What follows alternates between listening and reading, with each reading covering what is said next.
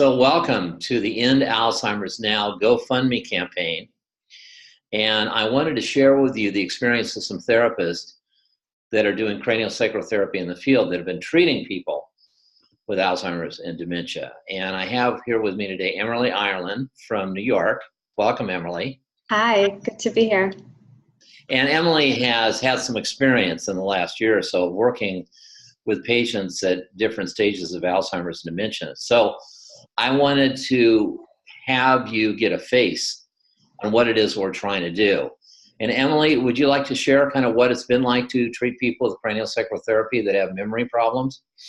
Sure. Well, I started with a lovely woman who was 97 years old, and she, within 3 weeks, she made huge progress. She couldn't move. She couldn't do anything for herself. She didn't want anyone touching her, and she did not speak or make eye contact. And within 3 weeks, she was talking to me. We were having conversations, really lovely conversations.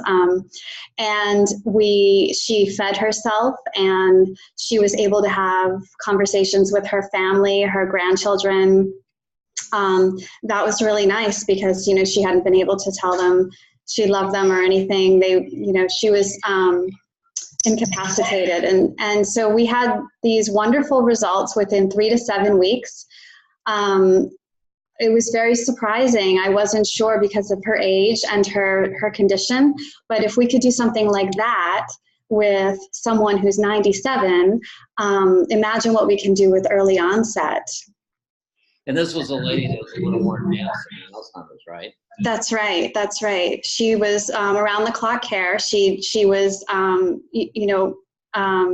she was non-ambulatory, so she couldn't get up by herself, and she ended up walking to the bathroom by herself, although, assisted, but she could walk instead of being, carried. She was able to, just remember me, and she remembered things that we said week to week. So I would come a few times a week, and she would remember me, and she would be able to remember what we talked about, which was huge. She did not know people from 1 minute to the next before this, and she also didn't want them touching her. So I remember the first time I touched her feet. And that's how we're trained, is often to start at the feet in the beginning stages of treatment.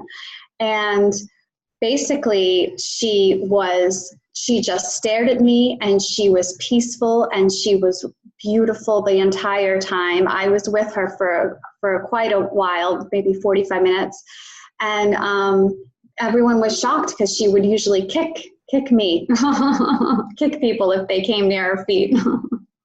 What did her family or parents think about everything you were doing? Well, they were, her daughter, who was her primary caregiver, was unbelievably supportive. It was an amazing experience to become part of this family's life.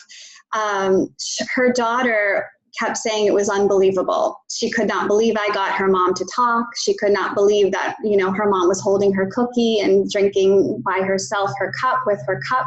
She couldn't believe she was talking to the family dog and her grandchildren, her children, all of these things.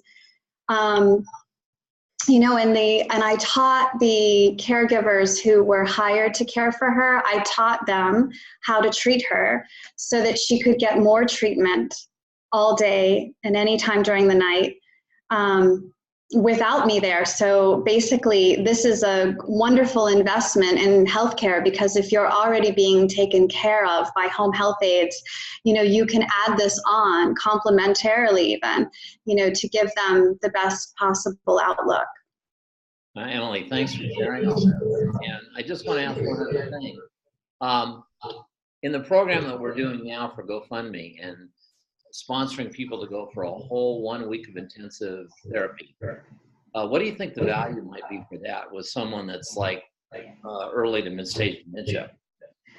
Well, for early, I would think it would be it would be totally invaluable. I mean, you would be able to make such progress for early onset, and that's priceless. I mean, when someone is in that kind of condition, don't forget how it can be harder on the family members and friends. So it's actually invaluable for the entire family. You're reaching a lot of people when you treat someone this way. And it's non-invasive. There aren't any risks. So, why wouldn't you? Yeah, and I think that's what we're saying and wanting to share this with people, that we can actually, the idea is that we could possibly demonstrate we could stop the progression, which would be huge. Right. And I was saying to Emily, a couple of pharmaceutical companies in the last year have given up on their drug trials. Right. This is what we call non-pharmaceutical strategy, something that can make a difference in a way that's never done. That's why we're bold enough to say end Alzheimer's now. So, Emily, thanks for sharing your experience. You're welcome. All right, and we'll talk to you again soon on the GoFundMe campaign trail. Thanks for contributing, and we want to keep sharing with you. And what I'd like to suggest to you, as you contribute, reach out to my assistant Kathy at bodyenergy.net. Post your pictures of your loved ones that may have passed on, maybe something you'd like to do for them in memorial, in case that's already occurred. We like to put like a collection of gallery pictures so we can really honor what we're doing to make a difference.